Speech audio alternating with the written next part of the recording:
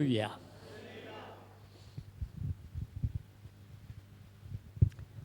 ಸಂತೋಷದಲ್ಲಿ ಬಂದಿರೋರು ಮಾತ್ರ ಹಲ್ಲೆಲೂಯಾ ಅಂತ ಹೇಳಿ. ಎಲ್ಲರೂ ಸಂತೋಷದಲ್ಲಿ ಬಂದಿದ್ದೀರಿ. ದುಃಖದಲ್ಲಿ ಬಂದಿರೋರು, ಸ್ವಲ್ಪ ದುಃಖದಲ್ಲಿ ಬಂದಿರೋರು ಹಲ್ಲೆಲೂಯಾ. ಓ ಮೈ ಗಾಡ್. ನಾನೇನೋ ಎಲ್ಲ ದುಃಖದಲ್ಲಿ ಬಂದಿರ್ತೀರಿ, ಅದು ಮಾಡ್ತೀರಿ, ಇದು ಮಾಡ್ತೀರಿ, ನಿಮ್ಗೊಂದು ಚೈತನ್ಯ ಸಿಗಲಿ ಅಂತ ಬಂದೆ. ನಾನು ನೋಡಿದ್ರೆ ಇವಾಗ ಯಾರೂ ಬೇಕಾದದ್ದಿಲ್ಲಲ್ಲ, ಎಲ್ಲ ಸಂತೋಷದಲ್ಲಿದ್ದೀರಿ ಕ್ರಿಸ್ತನಲ್ಲಿ. ಬೇರೆದು ಇದೆ ತೊಂದರೆ, ಇಕ್ಕಟ್ಟು. ಈ ಲೋಕದಲ್ಲಿ ಏನಿದೆ, ಸಂಕಷ್ಟ ಉಂಟು ಅಂತ ಯೇಸು ಸ್ವಾಮಿನೇ ಹೇಳಿಬಿಟ್ರು. ಯೋಹಾನ 16:33 ಹೇಳಿದ್ರು, ಈ ಲೋಕದಲ್ಲಿ ಏನಿದೆ, ದುಃಖ, ಸಂಕಟ, ಹಿಂಸೆ ಎಲ್ಲ ಇದೆ. ಆದರೆ ನಾನು ಜಯಿಸಿದ್ದೇನೆ, ಆದ್ದರಿಂದ ನೀವು ಜಯಿಸಿದ್ದೀರಿ. ಹಲ್ಲೆಲೂಯಾ. ನಿಮಗಿರುವಂಥ ಜಯ ನಿಮ್ಮ ಜಯ ಅಲ್ಲ, ಕ್ರಿಸ್ತನಲ್ಲಿ ನಿಮಗೆ ಜಯ ಉಂಟು. ಪ್ರತಿ ಒಂದೊಂದು ಪರಿಸ್ಥಿತಿಯಲ್ಲಿಯೂ ಜಯ ಇದ್ದೇ ಇದೆ. ಅದು ಈ ದಿನ ಇರಬಹುದು, ನಾಳೆ ಇರಬಹುದು, ನಾಡಿದ್ದಿರಬಹುದು, ಜಯ ಖಂಡಿತ. ಹಲ್ಲೆಲೂಯಾ. ಹೋದ ವಾರದಲ್ಲಿ ವಾಕ್ಯವನ್ನು ಸ್ವಲ್ಪ ಉದ್ದ ಮಾಡಿ ಹೇಳಿಬಿಟ್ಟಿದ್ದೆ, ಲೆಕ್ಕಕ್ಕಿಂತ ಜಾಸ್ತಿ. ಆದ್ದರಿಂದ ಈ ದಿನ ಸ್ವಲ್ಪ ಕಡಿಮೆ ಮಾಡ್ತೀನಿ. ಆಗ್ಬೋದಲ್ಲ? ಆಗ್ಬೋದು ಅಂತ ಕೆಲವರು ತಲೆಯಾಡಿಸ್ತೀರಿ. ದೇವ್ರ ನಾಮಕ್ಕೆ ಸ್ತೋತ್ರ. ಸಣ್ಣ ಕತೆ ಹೇಳಿಬಿಟ್ಟು ಮುಕ್ತಾಯ ಮಾಡ್ತೇನೆ. ನಾನು ಬೆಂಗಳೂರಿನಲ್ಲಿ ಇದ್ದಂಥ ದಿನಗಳಲ್ಲಿ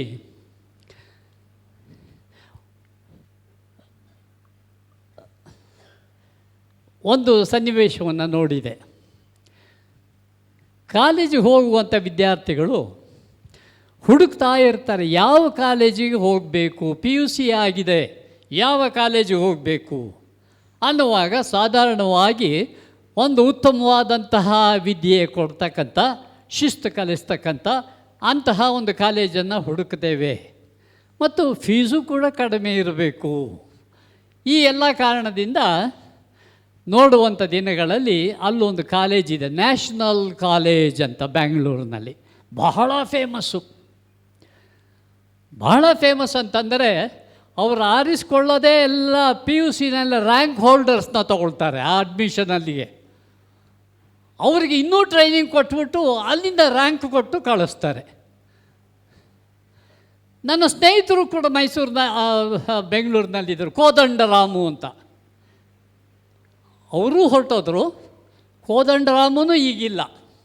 ಆದರೆ ಕೆಲವು ಸಂಗತಿ ನನ್ನ ಹೃದಯದಲ್ಲಿ ತಂಗಿದೆ. ಅವರು ಒಂದು ದಿವಸ ಕೇಳಿದ್ರಂತೆ, ಅವ್ರಿಗವ್ರು ಭಾಳ ಪರಿಚಯ, ಪ್ರಿನ್ಸಿಪಾಲ್ಗೂ ಈ ಒಂದು ನನ್ನ ಸ್ನೇಹಿತರಿಗೂ.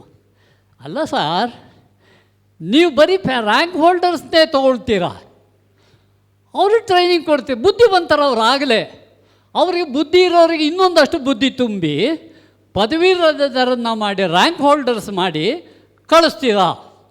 ಆರ್ಡಿನರಿನ ನೀವು ತೊಗೊಂಡಿದ್ದೀರಾ? ಇಲ್ಲ. ಗೇಟ್ ಪಾಸ್, ಗೇಟ್ ಒಳಗೆ ಬಿಟ್ಟುಕೊಳ್ಳಲ್ಲ. ಇಂತಹ ಒಂದು ಪರಿಸ್ಥಿತಿನಲ್ಲಿ ಇದನ್ನು ಯೋಚನೆ ಮಾಡ್ತಾ ಇದ್ದೆ ಪ್ರಾರ್ಥನೆ, ಈ ಒಂದು ಕೂಟದ ಒಂದು ಸಿದ್ಧತೆಯಲ್ಲಿ. ಏನು ಅಂತಂದರೆ, ನನ್ನ ದೇವರು ನಿಮ್ಮ ದೇವರು ಒಬ್ಬನೇ ದೇವರು. ಆ ದೇವರು ನಮ್ಮನ್ನು ಯಾವ ರೀತಿಯಾಗಿ ನೋಡ್ತಾ ಇದ್ದಾರೆ?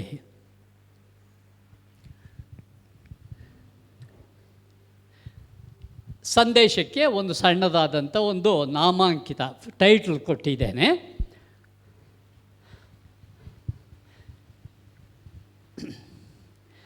ಇಂಗ್ಲೀಷ್ನಲ್ಲಿ ಹೇಳಿಬಿಡ್ತೇನೆ, ಅನಂತರ ಕನ್ನಡದಲ್ಲಿ ಹೇಳ್ತೇನೆ. From gutter to the uttermost. ಹೀನ ಸ್ಥಿತಿಯಿಂದ ಅತ್ಯುನ್ನತ ಸ್ಥಿತಿಗೆ. ನಾನು ಮಾತನಾಡುವಂಥ ಸಮಯವನ್ನು ಇದಕ್ಕಾಗಿ ಮೀಸಲಾಗಿ ಇಟ್ಟಿದ್ದೇನೆ. ಹೀನ ಸ್ಥಿತಿಯಿಂದ ಅತ್ಯುನ್ನತ ಸ್ಥಾನಕ್ಕೆ. ನಮ್ಮ ದೇವರು ಆರಿಸಿಕೊಂಡದ್ದು ನೀತಿವಂತರನ್ನಲ್ಲ, ಪರಿಶುದ್ಧರನ್ನಲ್ಲ, ಉತ್ತಮೋತ್ತಮ ವ್ಯಕ್ತಿಗಳನ್ನಲ್ಲ, ಉತ್ತಮ ಸ್ಥಾನದಲ್ಲಿರತಕ್ಕಂಥ ವ್ಯಕ್ತಿಗಳನ್ನಲ್ಲ, ಸೌಂದರ್ಯವಾಗಿ ಕಾಣುವಂಥ ವ್ಯಕ್ತಿಗಳನ್ನಲ್ಲ, ಮಹಾಶಕ್ತಿವಂತರನ್ನಲ್ಲ, ಎಲ್ಲ ರೀತಿಯಲ್ಲೂ ಬಲಹೀನತೆಯಲ್ಲಿರತಕ್ಕಂತಹ ನಮ್ಮ ಜನಾಂಗವನ್ನು, ಇಸ್ರಾಯೇಲ್ ಜನಾಂಗದಿಂದ ನೋಡುವಾಗ ದೇವರು ಅದು ಸಣ್ಣ ಗ್ರಾಮ ಅಂತೆ. ಇಸ್ರಾಯೇಲ್ ಇವತ್ತು ನಾವು ನೋಡ್ತಾ ಇದ್ದೇವೆ, ಸಣ್ಣ ಗ್ರಾಮವನ್ನು ಆರಿಸಿಕೊಂಡು ಅದಕ್ಕೆ ಬೇಕಾಗತಕ್ಕಂಥ ಅಂಶಗಳನ್ನು ದೇವರು ಒದಗಿಸಿಕೊಟ್ಟು ಈ ದಿನದಲ್ಲಿ ಪ್ರಬಲವಾದಂಥ ರಾಷ್ಟ್ರವಾಗಿದೆ. ಹಲ್ಲೆಲೂಯಾ. ಆ ಒಂದು ಹಿನ್ನೆಲೆಯಲ್ಲಿ ದೇವರು ನನ್ನನ್ನು ನಿಮ್ಮನ್ನು ಮಾಡಲಿಕ್ಕೆ ಇದ್ದಾನೆ. Hallelujah, hallelujah. ಯಾಕೆ ಈ ಒಂದು ಉದಾಹರಣೆ ಹೇಳ್ತಿದ್ದೀನಿ ಅಂದರೆ, ನಾವು ಜೀವಿತದ ಪರಿಶೋಧನೆಯನ್ನು ಯಾವಾಗ್ಲೂ ಮಾಡಿಕೊಳ್ಳುವವರಾಗಿರಬೇಕು. ಏನದು ಪರಿಶೋಧನೆ ಅಂದರೆ, ನಾನು ಏನಾಗಿದ್ದೇನೆ, ಮುಂದೆ ನಾನೇನಾಗ್ತೇನೆ, ಈ ಒಂದು ದೃಷ್ಟಿಕೋನ ನಮ್ಮ ಜೀವಿತದಲ್ಲಿ ಸದಾ ಇರಬೇಕು. ಏನಾಗಿದ್ದೆವು ಕರ್ತನನ್ನು ಕಂಡುಕೊಳ್ಳುವುದಕ್ಕೆ ಮುಂಚೆ, ಅನಂತರದಲ್ಲಿ ಸಂಧಿಸಿದಾಗ ಆದಂಥ ಬದಲಾವಣೆ, ಮುಂದಿನ ದಿನಗಳಲ್ಲಿ ನಾವು ಏನಾಗ್ತೇವೆ ಎನ್ನುವಂಥದ್ದು ನಮ್ಮ ಜೀವಿತದ ಒಂದು ಚರಿತ್ರೆ.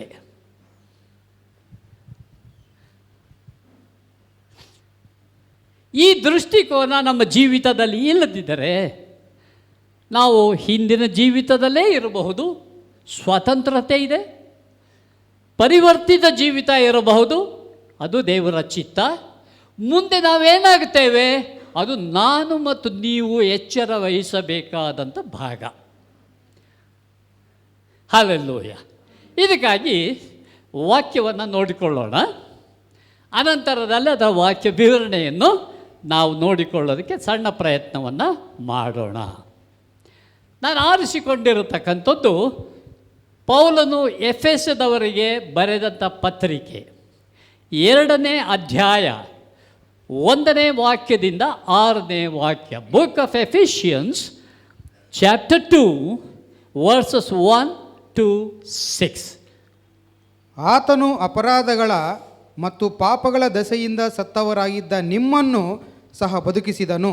ನೀವು ಪೂರ್ವದಲ್ಲಿ ಅಪರಾಧಗಳನ್ನು ಪಾಪಗಳನ್ನು ಮಾಡುವವರಾಗಿದ್ದು ಇಹಲೋಕಕ್ಕೆ ಅನುಸಾರವಾಗಿ ನಡೆದುಕೊಂಡಿರಿ. ವಾಯುಮಂಡಲದಲ್ಲಿ ಅಧಿಕಾರ ನಡೆಸುವ ಅಧಿಪತಿಗೆ, ಅಂದರೆ ನಂಬಲೊಲ್ಲದವರನ್ನು ಅವಿಧೇಯತೆಗೆ ಈಗ ಪ್ರೇರೇಪಿಸುವ ಆತ್ಮನಿಗೆ ಅನುಸಾರವಾಗಿ ನಡೆದುಕೊಂಡಿರಿ. ನಾವೆಲ್ಲರೂ ಪೂರ್ವದಲ್ಲಿ ಅವಿಧೇಯರಾಗಿದ್ದು ಶರೀರ ಭಾವದ ಆಶೆಗಳಿಗೆ ಅಧೀನರಾಗಿ ಶರೀರಕ್ಕೂ ಮನಸ್ಸಿಗೂ ಸಂಬಂಧಪಟ್ಟ ಇಚ್ಛೆಗಳನ್ನು ನೆರವೇರಿಸುತ್ತಾ ನಡೆದು ಮಿಕ್ಕಾದವರಂತೆ ಸ್ವಭಾವ ಸಿದ್ಧವಾಗಿ ದೇವರ ಕೋಪಕ್ಕೆ ಗುರಿಯಾಗಿದ್ದೆವು. ಆದರೆ ಕರುಣಾನಿಧಿಯಾಗಿರುವ ದೇವರು ನಮ್ಮ ಮೇಲೆ ಮಹಾಪ್ರೀತಿಯನ್ನು ಇಟ್ಟು ಅಪರಾಧಗಳ ದೆಸೆಯಿಂದ ಸತ್ತವರಾಗಿದ್ದ ನಮ್ಮನ್ನು ಕ್ರಿಸ್ತನೊಂದಿಗೆ ಬದುಕಿಸಿದನು. ಕೃಪೆಯಿಂದಲೇ ರಕ್ಷಣೆ ಹೊಂದಿದವರಾಗಿದ್ದೀರಿ. Hallelujah, hallelujah. ವಾಕ್ಯವನ್ನು ನಾವು ಕೇಳಿಸಿಕೊಳ್ಳುವಂಥದ್ದು ಒಂದು ಅಂಶ. ಆ ವಾಕ್ಯಗಳಲ್ಲಿ ದೇವರು ನನಗೆ ಇಟ್ಟಿರತಕ್ಕಂಥ ಸಂದೇಶ ಏನಾಗಿದೆ ಅನ್ನುವಂಥದ್ದು ನೋಡುವಂಥದ್ದು ಎರಡನೇದು. ಮತ್ತು ಅದು ನಮ್ಮ ಜೀವಿತದಲ್ಲಿ ಅನ್ವಯಿಸಿಕೊಂಡು ಅದರ ಪ್ರಕಾರದಲ್ಲಿ ನಡೆಯುವಂಥ ಭಾಗ ನಮ್ಮದು, ಎಲ್ಲವೂ ಕೂಡ ನಮ್ಮದೇ. ಈ ವಾಕ್ಯವನ್ನು ದೇವರು ನಮಗೆ ಉದಾರವಾಗಿ ಕೊಟ್ಟಿದ್ದಾನೆ.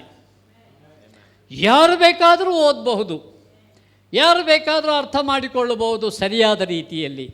ಅದಕ್ಕಾಗಿ ಸ್ವಾತಂತ್ರ್ಯತೆಯನ್ನು ದೇವರು ಹೇಗೆ ಆ ಒಂದು ಏಂಜಲ್ಸ್ ದೇವದೂತರಿಗೆ ಆತನು ಕೊಟ್ಟಿದ್ದಾನೋ ಅದೇ ರೀತಿಯಾಗಿ ಅದೇ ಸ್ವಾತಂತ್ರ್ಯ ನಮಗೆ ಕೊಟ್ಟಿದ್ದಾನೆ.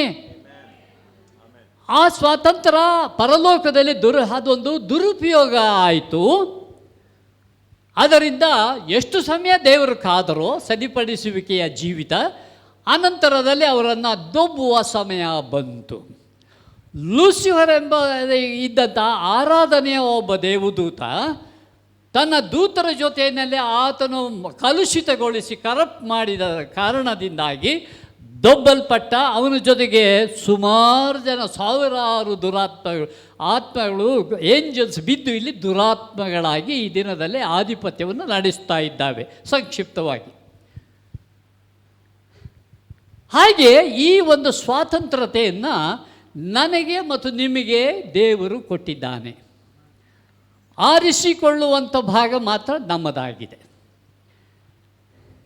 ಓದಿದ ವಾಕ್ಯದಲ್ಲಿ ಕೆಲವು ಪ್ರಾಮುಖ್ಯವಾದಂಥ ಸಂಗತಿಯನ್ನು ನಾನು ತೆಗೆದು ಸ್ವಲ್ಪ ವಿವರಣೆಯನ್ನು ಮಾಡೋದಕ್ಕೆ ಪ್ರಯತ್ನ ಮಾಡ್ತೇನೆ, ಪೂರ್ತಿ ಅಲ್ಲ. ಓದಿದ ಭಾಗ 2ನೇ ಅಧ್ಯಾಯ 1ನೇ ವಾಕ್ಯದಲ್ಲಿ ಹೇಳ್ತದೆ, ಯು ವರ್ ಡೆಡ್. ದೇವರೇನು ಹೇಳ್ತಿದ್ದಾರೆ? ನೀವು ಸತ್ತಿದ್ದೆವು. ಅಯ್ಯೋ, ಉಸಿರಾಡಲಿಲ್ವ ನಮ್ಮ ಮಾತೃಗರ್ಭದಿಂದ ಬಂದಾಗ? ಎಲ್ಲರೂ ಕೂಡ ಬಂದು ನಮ್ಮನ್ನೆಲ್ಲ ನೋಡಿದ್ರು, ಭಾಳ ಚಂದವಾಗಿದೆ, ಗಂಡು ಮಗು, ಅದು ಕೆಲವರಿಗೆ ಹೆಣ್ಣು ಮಗು, ಆಶ್ಚರ್ಯ ಎಲ್ಲ. ಇದು ನಾವು ಹುಟ್ಟಿದ ಆರಭ್ಯ ಏನಾಗಿದ್ದೆವಂತೆ? ವಾಕ್ಯಕ್ಕನುಸಾರವಾಗಿ ಬೇರೆ ಇನ್ನೊಂದು ಅರ್ಥ ಏನು ಅಂದರೆ ನಾವು ಸತ್ತವರಾಗಿದ್ದೆವು.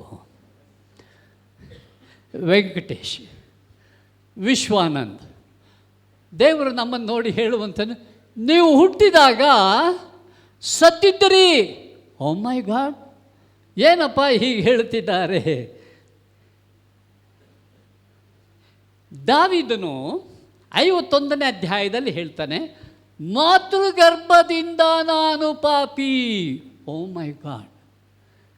ಕೀರ್ತನೆ 139ರಲ್ಲಿ ದೇವರು ಹೇಳ್ತಾರೆ, ನೀನು ಹುಟ್ಟುವುದಕ್ಕೆ ಮುಂಚೆ ನನ್ನ ಕಣ್ಣುಗಳು ನಿನ್ನನ್ನು ನೋಡಿದವು.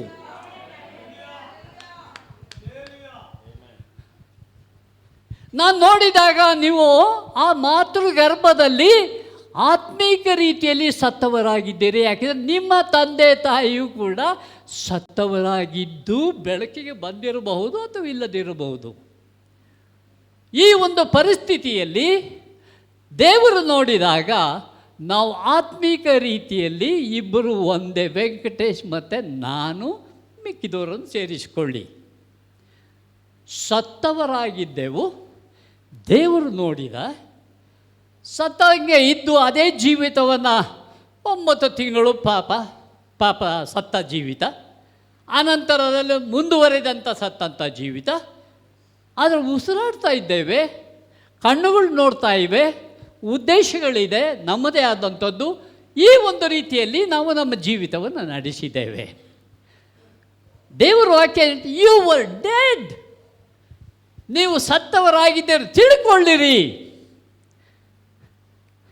ಏನಾಗಿದ್ದೆವು? ನಾವು ಸತ್ತವರಾಗಿದ್ದೆವು. 2ನೇ ವಾಕ್ಯದ ಭಾಗ ನೋಡಿದರೆ, in which you used to live. ಆ ಸತ್ತಂಥ ಜೀವಿತದಲ್ಲಿ ಏನು ಮಾಡ್ತಿದ್ದಾರೆ? ಜೀವಿಸ್ತಾ ಇದ್ದರಂತೆ. ಏನಿದು, ಒಂದು ಕಡೆ ದೇವರು ಸತ್ತರು ಅಂತ ಹೇಳ್ತೀರಿ, ಒಂದು ಕಡೆ ನೀವು ಜೀವಿಸ್ತಾ ಇದ್ದೀರಿ ಅಂತಲೂ ಕೂಡ ದೇವರು ಹೇಳ್ತಾರೆ. ಇದೆಲ್ಲ ಒಂದು ಆತ್ಮೀಕ ರೀತಿಯ ಅರ್ಥದಲ್ಲಿ ಹೇಳುವಂಥದ್ದೇನು ಅಂದರೆ, ಅದೇ ಮುಂದುವರೆದಂಥ ಸತ್ತಂಥ ಕ್ರಿಯೆಗಳು, ಯೋಚನೆಗಳಿಂದಲೇ ಮುಂದುವರೆಸಿದಿರಿ.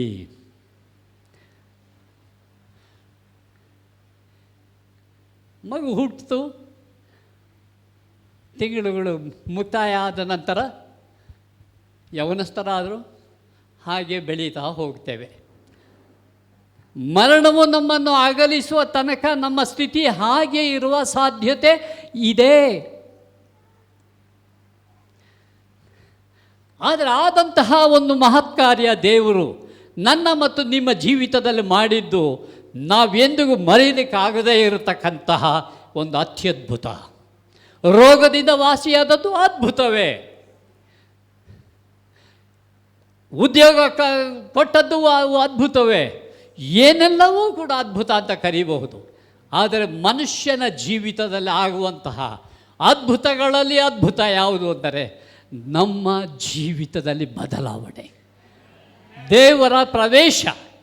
ಇದು ನನ್ನನ್ನು ತೀರ್ಮಾನ ಮಾಡುತ್ತದೆ. ಅಂತಹ ದೊಡ್ಡ ಅದ್ಭುತವನ್ನು ಬೇರೆ ಯಾರು ಮಾಡಲಿಕ್ಕಾಗದಂತಹ, ಯಾವ ಸನ್ನಿವೇಶವೂ ಬದಲಾವಣೆ ಮಾಡದಂತಹ ಆ ಕಾರ್ಯವನ್ನು ಕ್ರಿಸ್ತ ಯೇಸು ನನ್ನ ಮತ್ತು ನಿನ್ನ ಅತಿಶಯವಾದ ಪ್ರೀತಿಯ ಹಿನ್ನೆಲೆಯಲ್ಲಿ ಆತನು ರಕ್ಷಣೆ ಮಾಡಿದನು. ಹಲ್ಲೆಲೂಯಾ. 3ನೇ ಅಧ್ಯಾಯದ ಒಂದು ಭಾಗಕ್ಕೆ ಹೋಗೋಣ. We were by nature deserving wrath. ಏನು ಹೇಳ್ತದೆ ಅಂದರೆ, ನೀವು ಇದೇ ಸ್ಥಿತಿಯಲ್ಲಿದ್ದೀರಾ. ಅನಂತರದಲ್ಲಿ ಸಣ್ಣ ಮಕ್ಕಳಿಂದ ಹಿಡಿದು ಯವನ ಪ್ರಾಯದಲ್ಲಿ ಬೆಳೀತಾ ಹೋದ ಹಾಗೆ ಏನಿದ್ರಿ? ಸತ್ತಿದ್ರಿ, ಅದರಲ್ಲೇ ಜೀವಿಸಿದಿರಿ. ಅದರ ನಿಮಿತ್ತವಾಗಿ ಏನು ದೇವರ ತೀರ್ಮಾನ ಇತ್ತು. ಏನದು? ನಿಮಗೆ ಬರಬೇಕಾದ ದಂಡನೆ ಬರಬೇಕು. ಆ ದಿನದ ದಂಡನೆ ಅಲ್ಲ, ನಮ್ಮ ಜೀವಿತ ಆದ ನಂತರದಲ್ಲಿ ನಮ್ಮ ಆತ್ಮವು ಸಪರೇಟ್ ಆದಾಗ, ನಮ್ಮ ದೇಹದಿಂದ ಮರಣವು ನಮ್ಮನ್ನು ಅಗಲಿಸಿದಾಗ ಅದು ಆಗುವಂಥ ಬದಲಾವಣೆ ಏನು? ನಮ್ಮ ಆತ್ಮ ದೇವರ ಬಳಿಗೆ ಹೋಗ್ತದೆ ಅಥವಾ ಹೋಗದೇ ಇರಬಹುದು. ಆಗ ದೇವರು ಹೇಳ್ತಾರೆ, ಅಂತಹ ಒಂದು ರೀತಿಯ ಒಂದು ಸಿಟ್ಟು ದೇವರ ನಮ್ಮ ಮೇಲೆ ತೀರ್ಮಾನ ಆತನಲ್ಲಿತ್ತು. ಆದರೆ ನಾವು ಇರತಕ್ಕಂಥ ಅಂತಹ ಒಂದು ಕಠಿಣವಾದಂತಹ ಶಿಕ್ಷೆ ಯಾವುದು ಅಂದರೆ, ನಮ್ಮಲ್ಲೊಲ್ಲದವರು ಹೋಗಬೇಕಾದಂಥ ಜಾಗ ಯಾವತ್ತು ನರಕ. ಭಯ ಹುಟ್ಟಿಸುವಂಥದ್ದಲ್ಲ, ಅದು ವಾಸ್ತವಿಕವಾದಂಥ ಸಂಗತಿ. ಕೆಲವರಲ್ಲಿ ಹೇಳ್ತಾರೆ, ಹಂಗಾದರೆ ನೀನು ನರಕಕ್ಕೆ ಹೋಗ್ತೀಯ. ಇಲ್ಲ, ಇದೆ. ನರಕ ಎನ್ನುವುದು ಸುಸ್ಪಷ್ಟ. ಹೇಗೆ ದೇವರು ಸುಸ್ಪಷ್ಟವಾಗಿದ್ದಾನೋ, ದೇವರ ರಾಜ್ಯ ಪರಲೋಕ ಸುಸ್ಪಷ್ಟವಾಗಿದೆಯೋ, ಅದೇ ರೀತಿಯಾಗಿ ನರಕ ಎನ್ನುವಂಥದ್ದು ಸತ್ಯ ಸಂಗತಿ. ಅದಕ್ಕೆ ಬೇರೆ ಯಾವ ಕಲ್ಪನೆ ಬೇಕಾದದ್ದಿಲ್ಲ. ದೇವರು ನಾವು ಹುಟ್ಟಿದಂಥದ್ದು ಪಾಪದಲ್ಲೇ ಇದ್ದು, ಪಾಪದಲ್ಲೇ ಬೆಳೆದು, ಪಾಪವನ್ನು ಅನುಭವಿಸಿ, ಸಂತೋಷದ ಸಮಾಧಾನದ ಆ ಜೀವಿತದಲ್ಲಿ ಇದ್ದುಕೊಂಡು ನಮ್ಮ ದಿನಗಳನ್ನು ಕಳೆದು ಹಾಗೆಯೇ ನಾವು ಕಣ್ಣು ಮುಚ್ಚಿದರೆ ನಮಗಿರತಕ್ಕಂಥದ್ದು ದೇವರು ಕೊಟ್ಟಂತಹ ಸದಾವಕಾಶಗಳನ್ನು ಬಿಟ್ಟು ನಮಗಿರುವಂಥ ಜಾಗ ನರಕ. ದೇವರ ಇಲ್ಲದೆ ಇರುವಂಥ ಕಾರ್ಗತ್ತ ಕಟಕಟನೆ ಹಲ್ಲು ಕಡಿಯುವ ಜಾಗ, ನಿತ್ಯ ನಿರಂತರವಾಗಿ ಮಿಲಿಯಾಂತರ ವರ್ಷಗಳಾದಾಗ್ಯೂ ಕೂಡ ಕೊನೆಯೇ ಇಲ್ಲದೆ ಇರತಕ್ಕಂಥ ಆ ರಾಜ್ಯಕ್ಕೆ ದೊಬ್ಬಲ್ಪಡುವವರಾಗ್ತೇವೆ. ಆದರೆ ಪ್ರಶ್ನೆ, 5ನೇ ವಾಕ್ಯದ ಪ್ರಾರಂಭದ ವಾಕ್ಯ, made us alive with Christ. 5ನೇ ವಾಕ್ಯದ ಮೊದಲನೇ ಭಾಗ. ಪಾಪಗಳ ದೆಸೆಯಿಂದ 5ನೇ ಅಧ್ಯಾಯ, ಸರಿ ಸೇಮ್ ಅಧ್ಯಾಯ 5ನೇ ವಾಕ್ಯದ ಮೊದಲನೇ ವಾಕ್ಯ, ಮೊದಲ ಭಾಗ. ಪಾಪಗಳ ದೆಸೆಯಿಂದ ಸತ್ತವರಾಗಿದ್ದ ನಮ್ಮನ್ನು ಕ್ರಿಸ್ತನೊಂದಿಗೆ ಬದುಕಿಸಿದನು. ಹಲ್ಲೆಲೂಯ.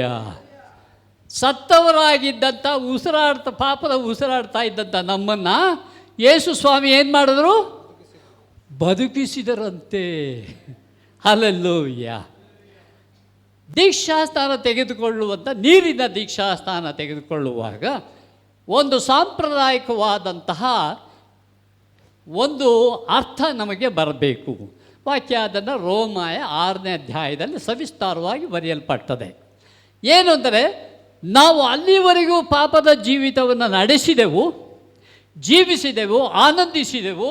ಆದರೆ ದೇವರ ಕಡೆಗೆ ನಾವು ನಮ್ಮ ಹೃದಯವನ್ನು ನಾವು ನೋಡುವಾಗ, ಅಯ್ಯೋ, ನಾನು ಮಾಡ್ತಾ ಇರತಕ್ಕಂಥದ್ದು ಪಾಪದ ಜೀವಿತ ಅಲ್ಲವೋ? ಈ ಒಂದು ಅರಿವು, ಪಾಪದ ಅರಿವು ನಮಗೆ ಉಂಟಾದಾಗ ಏನಾಗ್ತದೆ? ನಾವು ದೇವರಿಗೆ ನಮ್ಮ ಹೃದಯವೆಂಬ ಬಾಗಿಲ ಬಳಿಯಲ್ಲಿ ರೆವಲ್ಯೂಷನ್ 3:20 ಪ್ರಕಟಣೆ 3:20 ಹೇಳು, ನಾನು ಬಾಗಿಲನ್ನು ತಟ್ತಾ ಇದ್ದೇನೆ. ಯಾರಾದರೂ ಬಾಗಿಲನ್ನು ತೆರೆದರೆ ನಾನು ಹೊರಗಿರುವಂತಹ ದೇವರಲ್ಲ, ಒಳ ಪ್ರವೇಶ ಮಾಡ್ತೇನೆ. ಮಾತ್ರ ಅಲ್ಲ, 1-2 ದಿನಗಳಿಗಾಗಿ ಅಲ್ಲ, ನೀವು ಆರಾಧನೆ ಮಾಡುವಾಗ ಮಾತ್ರ ಅಲ್ಲ, ನಾನು ಎಲ್ಲ ದಿವಸದಲ್ಲಿ ನಿಮ್ಮ ಜೊತೆಯಲ್ಲಿ ಇರ್ತೇನೆ. ಹಲ್ಲೆಲೂಯ. ನಮ್ಮ ಒಳಗಡೆ ಪ್ರವೇಶ ಮಾಡಿ ಆಡಳಿತವನ್ನು ಪ್ರೀತಿಪೂರ್ವಕವಾಗಿ ಮಾಡುವಂತಹ ದೇವರು ಒಬ್ಬನೇ. ಪ್ರವೇಶ ಬಾಗಿಲು ತೆಗೆಯುವಂಥ ಭಾಗವನ್ನು ನಾವು ಮಾಡಿದಾಗ ಏನು ಹೇಳ್ತಾರೆ ವಾಕ್ಯ ಅಂತಂದರೆ, ಮೇಡ್ ಅಸ್ ಅಲೈವ್, ನಮ್ಮನ್ನು ಪುನಃ ಜೀವಿಗಳಾಗಿ ಮಾಡಿದನಂತೆ. ನೀರಿನ ದೀಕ್ಷಾಸ್ಥಾನ ಆದಾಗ ಸತ್ತಕ್ಕೆ ನೀರಿನಲ್ಲಿ ಮುಳುಗಿದೆ, ಎದ್ದಾಗ ಪುನರುತ್ಥಾನ ಆದಂತಹ ಒಂದು ಸಾಂಕೇತಿಕವಾದಂಥ ಆಲೋಚನೆ ಪ್ರಕಾರದಲ್ಲಿ ಮಾಡದೆ ದೇವರು ನಮ್ಮ ಜೀವಿತಕ್ಕೆ ತನ್ನ ಉಸಿರನ್ನು ಊದಿದ. ಸತ್ತಂಥ ವ್ಯಕ್ತಿಗಳಿಗೆ ಆದಿಯಲ್ಲಿ ಹೇಗೆ ಉಸಿರಾಟ ಆಯಿತೋ ಜಗದುತ್ಪತ್ತಿಗೆ ಆಗುವಂಥ ದಿನಗಳಲ್ಲಿ, ಅದೇ ಪ್ರಕಾರದಲ್ಲಿ ನನ್ನ ಮತ್ತು ನಿನ್ನ ಹೃದಯದಲ್ಲಿ ದೇವರು ಉಸಿರಿಸ್ತಾನೆ. ಹಲ್ಲೆಲೂಯ. ಯಾವುದದು ಉಸಿರು? ಪರಿಶುದ್ಧಾತ್ಮನು. ಪರಿಶುದ್ಧಾತ್ಮನ ಪ್ರವೇಶ ಆ ಸಮಯದಲ್ಲಿ ಆಗ್ತದೆ. ಅಂದಿನಿಂದ ಏನಾಯಿತು, ನಾವು ಜೀವಿಗಳಾದೆವು. ಹಲ್ಲೆಲೂಯ. ಸತ್ತವರಾಗಿದ್ದೆವು, ಸತ್ತರಲ್ಲಿ ಜೀವಿಸಿದೆವು, ಆನಂದಿಸಿದೆವು. ಆದರೆ ಅರಿವು ಉಂಟಾಯಿತು. ಯೇಸುವನ್ನು ನಾವು, ದೇವರೇ ನನ್ನ ಪಾಪಗಳನ್ನು ಕ್ಷಮಿಸು, ನಾನು ನಿನ್ನ ನೋಯಿಸಿದ್ದೇನೆ, ಇನ್ನು ಮೇಲೆ ನೀನು ಹೊರಗಡೆ ಇರುವಂಥ ದೇವರಾಗಿರಬಾರದು, ನನ್ನೊಳಗೆ ಬಾ ಎಂಬುದಾಗಿ ತಿಳಿಸಿದಾಗ ದೇವರ ಒಂದು ಅತ್ಯದ್ಭುತವಾದಂಥ ಕಾರ್ಯ, ಮಹತ್ ಕಾರ್ಯಗಳಲ್ಲಿ ಮಹತ್ ಕಾರ್ಯ, ಮಿರಕಲ್ ಔಟ್ ಆಫ್ ಮಿರಕಲ್, ದೇವರು ಮಾಡಿದಂಥ ಕಾರ್ಯ. ಇಷ್ಟಕ್ಕೆ ತೃಪ್ತಿಯಾಗಬಾರ್ದು. ಈ ಒಂದು ಅನುಭವದ ಮೂಲಕವಾಗಿ, ತಿಳುವಳಿಕೆ ಮೂಲಕವಾಗಿ, ವಾಕ್ಯದ ಹಿನ್ನೆಲೆಯಲ್ಲಿ ಆನಂದಿಸ್ತೇವೆ, ಒಳ್ಳೆಯದು. ಕೈ ಚಪ್ಪಾಳೆ ತರ್ತೇವೆ, ಒಳ್ಳೆಯದು. ಆರಾಧನೆ ಓಡಿ ಬರ್ತೇವೆ, ಎಲ್ಲ ಒಳ್ಳೆಯದೇ. ಆದರೆ ದೇವರು ನಮಗೆ ಕೊಟ್ಟಿರುವಂಥ ಸ್ಥಾನ ಏನು ಎಂಬುದಾಗಿ ಮಾಡಿದರೆ ನೀವು ನಿಶ್ಚಯವಾಗಿಯೂ ಕೂಡ ನಿಮ್ಮ ಚೇರುಗಳಲ್ಲಿ ಕೂರೋದಕ್ಕೆ ಸಾಧ್ಯ ಇಲ್ಲ. ಏನದು ಅಂದರೆ, ತಿರುಗಿ ವಾಕ್ಯವನ್ನೇ ನೋಡೋಣ. 6ನೇ ವಾಕ್ಯ ವೆಂಕಟೇಶ್ ಓದ್ತಾರೆ. ನಮ್ಮನ್ನು ಆತನು ಕೂಡ ಎಬ್ಬಿಸಿ ಕ್ರಿಸ್ತ ಯೇಸುವಿನಲ್ಲಿ ಆತನೊಂದಿಗೆ ಪರಲೋಕದಲ್ಲಿ ಕೂಡಿಸಿದ್ದಾನೆ. Hallelujah, hallelujah. ನಾವು ಈ ಲೋಕದಲ್ಲಿ ಇದ್ದೆವು, ಜೀವಿಸಿದೆವು. ಆದರೆ ದೇವರ ಈ ಪರಿವರ್ತನೆ ಮೂಲಕವಾಗಿ ಅದೇ ಕ್ಷಣದಲ್ಲಿ ಆತ್ಮೀಕ ರೀತಿಯಲ್ಲಿ ಆತನು ನಮ್ಮನ್ನು ಕೊಯ್ದೊಯ್ದಂಥ ಒಂದು ತಿಳುವಳಿಕೆ ಏನಂದರೆ, ನಮ್ಮನ್ನು ಯೇಸು ಸ್ವಾಮಿ ಹೇಗೆ ಆ ಒಂದು ಪರಲೋಕಕ್ಕೆ ಏರಿಸಲ್ಪಟ್ಟದ್ದು, ಅದೇ ರೀತಿಯಾಗಿ ನಮ್ಮನ್ನು ಈ ಲೋಕದಲ್ಲಿ ಇರುವಾಗಲೇ ನಮ್ಮನ್ನು ಅಲ್ಲಿಗೆ ಕರೆದೊಯ್ದು ದೇವರ ಬಳಿಯಲ್ಲಿ ಕೂರಿಸಿದ್ದಾನಂತೆ. ಹಲ್ಲೆಲೂಯ. ನಿಮ್ಮ ಸ್ಥಾನ ಭೂಲೋಕದಲ್ಲಿ. ಅದಕ್ಕಾಗಿ ಭೂಲೋಕದಂತ ಚಿಂತಿಸಬೇಡ್ರಿ. ನೀವು ಭೂಲೋಕದವರಲ್ಲ, ನೀವು ನೂತನ ಸೃಷ್ಟಿಗಳಾಗಿದ್ದೀರಿ. ನೀವು ಯೇಸು ಸ್ವಾಮಿ ನಡೆದ ರೀತಿ ನಡೆಯಬೇಕು ಎನ್ನುವಂಥದ್ದು ದೇವರ ಒಂದು ಆಲೋಚನೆ ಪ್ರಕಾರದಲ್ಲಿ ದೇವರು ಹೇಳುವಂಥದ್ದು ಏನಂದರೆ, ನೀವು ಈ ಲೋಕದಲ್ಲಿ ಇದ್ದೀರಿ, ಹೌದು. ಆದರೆ ನೀವೀಗಾಗಲೇ ನಿಮ್ಮ ಸದಸ್ಯತ್ವ ಎಲ್ಲಿದೆ? ಪರಲೋಕದಲ್ಲದೆ. ಸದಸ್ಯತ್ವ ಇಲ್ಲೂ ಇದೆ, ಓಟ್ ಹಾಕೋಕ್ಕೆ. ನೀವು ಅಲ್ಲಿದ್ದೀರಿ ನಮ್ಮನ್ನು ಸಂತೋಷಪಡಿಸುವುದಕ್ಕಾಗಿ. ಹಲ್ಲೆಲೂಯ. ಈ ಸ್ಥಾನವನ್ನು ಪ್ರತಿಯೊಬ್ಬೊಬ್ಬರಿಗೂ, ಪಾಪಿಗಳಾದಂಥ ನನಗೆ ಮತ್ತು ನಿಮಗೆ ಆತನು ಕೊಟ್ಟಿದ್ದಾನೆ. ಹಲ್ಲೆಲೂಯ. ಆದ್ದರಿಂದ ದೇವರನ್ನು ಸ್ತುತಿಸುವಂಥದ್ದು ಆರಾಧನೆ ಬೇರೆ. ಮತ್ತೊಂದು, ದೇವರೇ ಇಂತಹ ಒಬ್ಬ ವ್ಯಕ್ತಿಯನ್ನು ನೀನು ಆರಿಸ್ಕೊಂಡು ಬಿಟ್ಟಿಯಲ್ಲಪ್ಪ, ಎಂಥ ಪಾಪದಲ್ಲಿದ್ದೆ ನಾನು, ಇಂತಹ ಒಬ್ಬ ವ್ಯಕ್ತಿಯನ್ನು ಕೈ ಬಿಡದೆ ಶಿಕ್ಷೆಗೆ ಅರ್ಹನಾದಂಥ ನಮ್ಮನ್ನು ನೀನು ಬಿಡಿಸಿ ಆ ದಿನದಲ್ಲಿ ರಕ್ತದಿಂದ ತೊಳೆದು, ಯೇಸುವಿನ ರಕ್ತದಿಂದ ನಿರ್ಮಲ ಮಾಡಿ, ಶುದ್ಧರನ್ನಾಗಿ ಮಾಡಿ, ಕರ್ತನೆ ನಾನು ಈ ದಿನದಲ್ಲಿ ಕ್ರಿಸ್ತ ಯೇಸುವಿನೊಂದಿಗೆ ಪರಲೋಕದಲ್ಲಿರುವಂತೆ ನೀನು ಮಾಡಿದ್ದೀಯಲ್ಲ. Hallelujah, hallelujah, hallelujah. ಬೇರೆ ಯಾರಿಗೂ ಈ ಅವಕಾಶ ಇಲ್ಲ, ಕ್ರಿಸ್ತನನ್ನು ನಂಬಿದವರಿಗೆ ಮಾತ್ರ. ನಮ್ಮ ಯಾವುದೇ ತಿಥಿ ಪುಣ್ಯ ಆ ಕಾರ್ಯಗಳ ಮೂಲಕವಾಗಿ ನಮ್ಮ ಆತ್ಮವನ್ನು ಮೇಲೇರಿಸುವುದಕ್ಕೆ ಸಾಧ್ಯ ಇಲ್ಲ, ಇಲ್ಲವೂ ಇಲ್ಲ. ನಮಗಿರುವಂಥ ಒಂದೇ ಮಾರ್ಗ, ಯೋಹಾನ 14:6, ನಾನೇ ಸತ್ಯವೂ ಜೀವವೂ ಮಾರ್ಗವೂ ಆಗಿದ್ದೇನೆ, ನನ್ನ ಹೊರತು ನನ್ನ ತಂದೆ ಬಳಿಗೆ ಯಾರು ಬರಲಾರರು. ಹಲ್ಲೆಲೂಯ. ಅಂತಹ ಒಂದು ವಿಶೇಷವಾದಂಥ ಆಲೋಚನೆಗಳನ್ನು, ಅದು ಎಂದೆಂದಿಗೂ ನಮ್ಮ ಜೀವಿತದಲ್ಲಿ ಬೇರೂರಿ ನಿಲ್ಲುವುದಕ್ಕೆ ಸಾಧ್ಯವಾದಂಥ ವಾಕ್ಯಗಳನ್ನು ದೇವರು ಉದಾರವಾಗಿ ಕೊಟ್ಟಿದ್ದಾನೆ. ಹಲ್ಲೆಲೂಯ. ಕುಲದಾರ ಶಂದರತ್ತುರ ಕರದಿದಂತುರ. ಆದ್ದರಿಂದ ನಮ್ಮ ನಡಿಗೆ ಯಾವಾಗಲೂ ಕ್ರಿಸ್ತೇಸುವಿನ ಜೊತೆಯಲ್ಲಿ. ಆದ್ದರಿಂದ ನಾವು ಪಾಪವನ್ನು ನಾವು ನೋಡುವಾಗ, ಓ ಪಾಪ, ನೀನು ನನ್ನನ್ನು ಇಷ್ಟು ವರ್ಷ ಆಳ್ವಿಕೆ ಮಾಡಿಬಿಟ್ಟೆ, ನೀನು ನನ್ನನ್ನು ಹಾಳು ಮಾಡಿಬಿಟ್ಟೆ. ಆಳ್ವಿಕೆಯಲ್ಲಿ ಮಾಡಿದೆ, ಹಾಳು ಮಾಡಿದೆ. ನನ್ನನ್ನು ನೀನು ಕೈ ಜೋಡಿಸಿದೆ, ಅದಕ್ಕಾಗಿ ನೀನು ಮಾಡಿದಿ. ನಾನು ಹುಟ್ಟಿದ ಆರೋಗ್ಯ, ನಾನು ಪಾಪಿ. ಆದರೆ ನನ್ನ ಯೇಸು ಇದನ್ನೆಲ್ಲ ರಕ್ಷಕನಾಗಿದ್ದಾನೆ. ನಾನು ನಿನ್ನ ಮೇಲೆ ಗಲಾತೆ ಪತ್ರಿಕೆಯಲ್ಲಿ 1:20, ಇನ್ನು ಜೀವಿಸುವವನು ನಾನಲ್ಲ, ಕ್ರಿಸ್ತನು ನನ್ನಲ್ಲಿ ಜೀವಿಸ್ತಾನೆ. ಹಲ್ಲೆಲೂಯ. ಆದ್ದರಿಂದ ನಾವೇನಾಗಿದ್ದೇವೆ? ಸತ್ತ ಸ್ಥಿತಿಯಲ್ಲಿ ಇಲ್ಲ, ನಾವು ಜೀವಿಸುವವರಾಗಿದ್ದೇವೆ. ಕ್ರಿಸ್ತನ ಮೂಲಕವಾಗಿ ಜೀವಿಸುವವರಾಗಿದ್ದೇವೆ. ಪರಿಶುದ್ಧಾತ್ಮನ ನೆರಳಿನಲ್ಲಿ ನಾವು ಬೆಳೆಯುವವರಾಗಿದ್ದೇವೆ. ಹಲ್ಲೆಲೂಯ.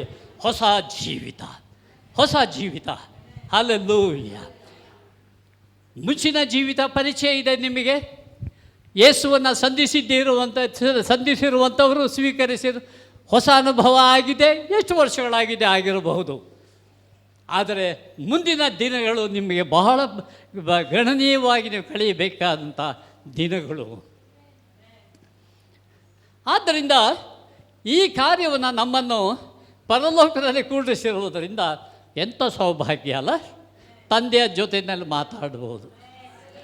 ಯೇಸು ಸ್ವಾಮಿ ಅಲ್ಲಿದ್ದಾರೆ, ಪರಲೋಕದಲ್ಲಿ ಇದ್ದಾರೆ, ಇಲ್ಲೂ ಇದ್ದಾರೆ. ಸರ್ವವ್ಯಾಪಿಯಾದಂಥ ದೇವರು ಹಾಡನ್ನು ಹಾಡಿದ್ದೇವೆ. ಆತನೊಂದಿಗೆ ಮಾತನಾಡ್ಬೋದು. ಪರಿಶುದ್ಧಾತ್ಮನು ಅಲ್ಲಿಯೂ ಇದ್ದಾನೆ, ಇಲ್ಲೂ ಇದ್ದಾನೆ. ಆತನೊಂದಿಗೆ ಮಾತನಾಡುವಂತಹ ಅನ್ಯೋನ್ಯತೆಯನ್ನು ದೇವರು ನಮಗೆ ಕೊಟ್ಟಿದ್ದಾನೆ. ಹಲ್ಲೆಲೂಯಾ.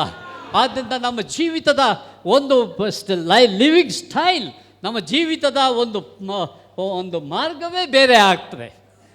ಯಾಕೆಂದರೆ ದೇವರೊಂದಿಗಿದ್ದೇವೆ. ಆದರೆ ನನ್ನ ಕಾರ್ಯದಿಂದಲ್ಲ. ಎಫೆಸ 2ನೇ ಅಧ್ಯಾಯದಲ್ಲಿ ನಿಮ್ಮ ಪುಣ್ಯಕ್ರಿಯೆಗಳಿಂದಲ್ಲ, ನಿಮ್ಮ ಪುಣ್ಯಕ್ರಿಯೆಗಳಿಂದಲ್ಲ, ದೇವರು ತನ್ನ ಸ್ವರಕ್ತದಿಂದ ನಮ್ಮನ್ನು ಕ್ರಯಕ್ಕೆ ಕೊಂಡುಕೊಂಡಿದ್ದಾನೆ. ಆದ್ದರಿಂದ ನೀವು ಪ್ರತಿಯೊಬ್ಬ ವ್ಯಕ್ತಿಯೂ ಕೂಡ ಸ್ವೀಕರಿಸಿರ್ತಕ್ಕಂಥವ್ರು ದೇವರನ್ನು. They are not ordinary people. ಅವರು ಸಾಧಾರಣವಾದಂಥ ವ್ಯಕ್ತಿಗಳಲ್ಲ, ಅಸಾಧಾರಣವಾದ ಕಾರ್ಯಗಳನ್ನು ಮಾಡುವಂತಹ ವ್ಯಕ್ತಿಗಳಾಗಿದ್ದೀರಿ. ಪರಿವರ್ತನೆ ಆಗಿದೆ. ಆದರೆ ಆ ಪರಿವರ್ತನೆ ಶಕ್ತಿ ನನ್ನಲ್ಲಿ ನಿಮ್ಮಲ್ಲಿ ಕಾರ್ಯ ನಡೆಸ್ತಾ ಇದೆಯಾ? ಹಲ್ಲೆಲೂಯಾ. ಆ ದಿನಗಳಲ್ಲಿ ನಮಗೆ ವೈರಿಯಾಗಿದ್ದಂಥ ಸೈತಾನನು ನಮ್ಮ ಕೈ ಬಿಟ್ಟಿಲ್ಲ. ಆತನು ಯಾವತ್ತೂ ನಮ್ಮ ಜೊತೆಯಲ್ಲಿ ಇದ್ದಾನೆ. ಆತನ ಉದ್ದೇಶ ಏನು ಅಂತ ತಿರುಗಿ ಮತ್ತೊಂದು ಆವರ್ತಿ ನಮ್ಮನ್ನು ತನ್ನ ಸ್ವಾಧೀನಕ್ಕೆ ತೆಗೆದುಕೊಳ್ಳಬೇಕೆನ್ನುವಂಥದ್ದು ಒಂದೇ ಒಂದು ಆತನ ಅಭಿಲಾಷೆ. 1 ಪೇತ್ರ 2ನೇ ಅಧ್ಯಾಯದಲ್ಲಿ ನೀವು ಕತ್ತಲೆಯಲ್ಲಿದ್ದೀರಿ ಒಂದು ದಿವಸದಲ್ಲಿ, ಅದರಿಂದ ಬಿಡಿಸಿ ನಿಮ್ಮನ್ನು ಆ ಒಂದು ಬೆಳಕಿನ ರಾಜ್ಯಕ್ಕೆ ಸೇರಿದವರಾಗಿದ್ದೀರಿ. You are unique. ನೀವು ಬಹಳ ವ್ಯತ್ಯಾಸಕರವಾದಂಥವ್ರು. ದೇವರು ಹೇಳುವಂಥ ನೀವು ವ್ಯತ್ಯಾಸಕರವಾಗಿದ್ದೀರಿ. ನೀವು ಮುಂಚೆ ಮಾಡ್ತಾ ಇದ್ದಂಥ ಪಾಪ ಕಾರ್ಯಗಳಿಗೆ ಹಿಂತಿರುಗಬೇಡ್ರಿ. ಅದು ನಿಮ್ಮನ್ನು ನಾಶನ ಕೊಂಡೊಯ್ಯುವಂಥದ್ದು. ಆದ್ದರಿಂದ ನಮ್ಮ ಜೀವಿತದಲ್ಲಿ ದೇವರ ನಿರೀಕ್ಷೆ ಏನು ಅಂತಂದರೆ ಮಾರಲ್ ಪ್ಯೂರಿಟಿ ಲೈಫ್. ದೇವರು ನಮ್ಮಿಂದ ಅಪೇಕ್ಷೆ ಮಾಡುವಂಥದ್ದು ಯಾವುದಂದರೆ ನೈತಿಕ ಜೀವಿತ, ಪರಿಶುದ್ಧವಾದಂಥ ನೈತಿಕ ಜೀವಿತ. ನಮ್ಮ ವ್ಯವಹಾರಗಳಲ್ಲಿ, ನಮ್ಮ ಹೊರನಾಟುವಿಕೆಯಲ್ಲಿ, ನಮ್ಮ ಯಾವುದೇ ಒಂದು ಸಂಗತಿಗಳಲ್ಲಿ ನಾವು ದೈನಂದಿನ ಜೀವಿತ ಮಾಡುವಂಥದ್ದು ನಮ್ಮ ಜೀವಿತದಲ್ಲಿ ಒಂದು ನೀತಿ, ಸತ್ಯತೆ, ಪ್ರಾಮಾಣಿಕತೆ ಇವುಗಳು ನಮ್ಮನ್ನು ನಡೆಸುವಂಥದ್ದಾಗಬೇಕು. Hallelujah, hallelujah. ಅದಕ್ಕಾಗಿ ನಮ್ಮನ್ನು ದೇವರು ಮಾಡಿದ ನಿರೀಕ್ಷೆ ದೇವರಿಗೆ. ಸುಮ್ಮನೆ ಮಾಡಿಬಿಟ್ಟು ಕರ್ಕೊಂಡು ಹೋಗ್ತೀನಿ ಅಷ್ಟಲ್ಲ, ಅದಿದ್ದದ್ದೇ. ಆದರೆ ಅಲ್ಲಿವರೆಗೆ ನಮ್ಮ ಜೀವಿತ ಏನಾಗಿರಬೇಕು? ಬೆಳಕಿನವರಂತೆ ನಾವು ನಡೆಯಬೇಕು. ಹಾಲೆಲ್ಲೂಯ್ಯ. ಎರಡನೇದಾಗಿ ಸೆಪರೇಟೆಡ್ ಲೈಫ್, ಸಿನ್ ಸೆಪರೇಟೆಡ್ ಲೈಫ್. ಪಾಪದಿಂದ ಬೇರ್ಪಟ್ಟಂತಹ ಜೀವಿತ ನಮ್ಮದಾಗಿರಬೇಕು. ಹೆದರಿಕೆಯಿಂದಲ್ಲ. ನಾವೊಂದು ಸತ್ಯ ಅಲ್ಲಿದ್ದೆವು, ರುಚಿ ನೋಡಿದ್ದೇವೆ. ಆದ್ದರಿಂದ ಈಗ ತಿರುಗಿ ಮತ್ತೊಂದು ಆವೃತ್ತಿ ಎಷ್ಟೇ ಅದು ಆಮೇಲೆ ನಮಗೆ ಆಶೆಯನ್ನು ಹುಟ್ಟಿಸಲಿ, ಯಾವುದೇ ಒಂದು ರೀತಿಯಲ್ಲಿ ಸಹಾಯ ಸಿಗಲಿ, ಬೇಡ, ನಿಂದು ದೂರ ಅಲ್ಲೇ. ನಾವಿರಬೇಕಾದದ್ದು ದೇವರಿಂದ ನಮಗೆ ದೊರಕುವಂಥ ಸಂಗತಿಗಳು. Separated life. ಈ ಪಾಪದಿಂದ ಆ ದಿನಗಳಲ್ಲಿ ಯೇಸು ಸ್ವಾಮಿ 40 ದಿವಸ ಉಪವಾಸದ ಪ್ರಾರ್ಥನೆಯನ್ನು ಮಾಡಿದಾಗ ಸೈತಾನ ಬಂದ.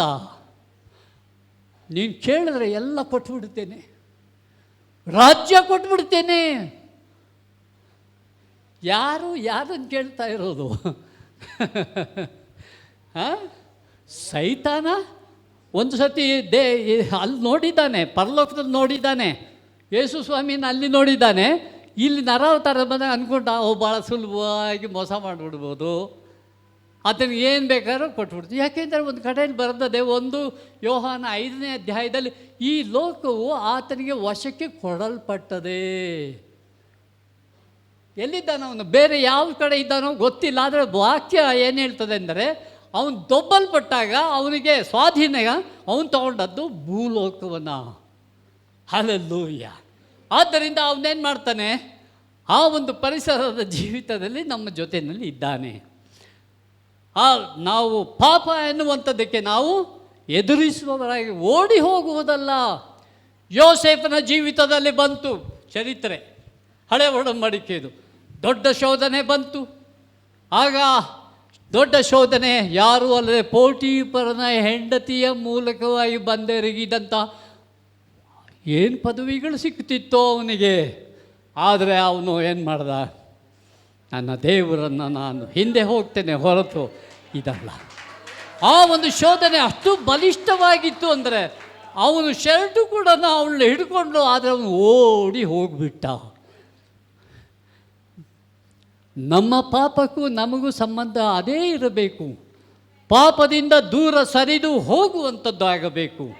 ರೆಸಿಸ್ಟ್ ಮಾಡಿ ಅಂತ ಹೇಳ್ತದೆ ಜೇಮ್ಸ್ 4 ಯಾಕೋಬ 4:7 ನೀವೇನು ಮಾಡಬೇಕಂತ ಶೋಧನೆಗಳು ಬರುವಾಗ ಆತನನ್ನು ಎದುರಿಸಿರಿ, ಆಗ ಅವನು ಓಡಿ ಹೋಗ್ತಾನೆ.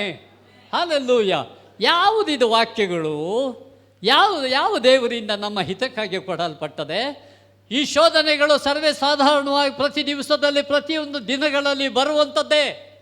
ಆದರೆ ನಾವು ಆತನನ್ನು ವಾಕ್ಯದ ಬಲದಲ್ಲಿ ನಾವು ಎದುರಿಸುವಾಗ ಅವನಿಗೆ ಆ ಸ್ಥಳ ಇಲ್ಲ, ನಿಮ್ಮ ಜೀವಿತದಲ್ಲಿ ಇಲ್ಲ.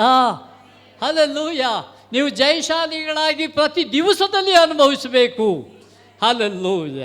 ಸೇಕ್ರೆಡ್ನೆಸ್ ಇನ್ ಥಾಟ್ಸ್, ಆಲೋಚನೆಗಳಲ್ಲಿ ಶುದ್ಧೀಕರಣ ನಮ್ಮಲ್ಲಿರಬೇಕು. ನಾವು ಕಾರ್ಯ ಮಾಡುವುದಕ್ಕೆ ಮುಂಚೆ ಅದಾಗುವಂಥದ್ದು ನಮ್ಮ ಆಲೋಚನೆಗಳಲ್ಲಿ.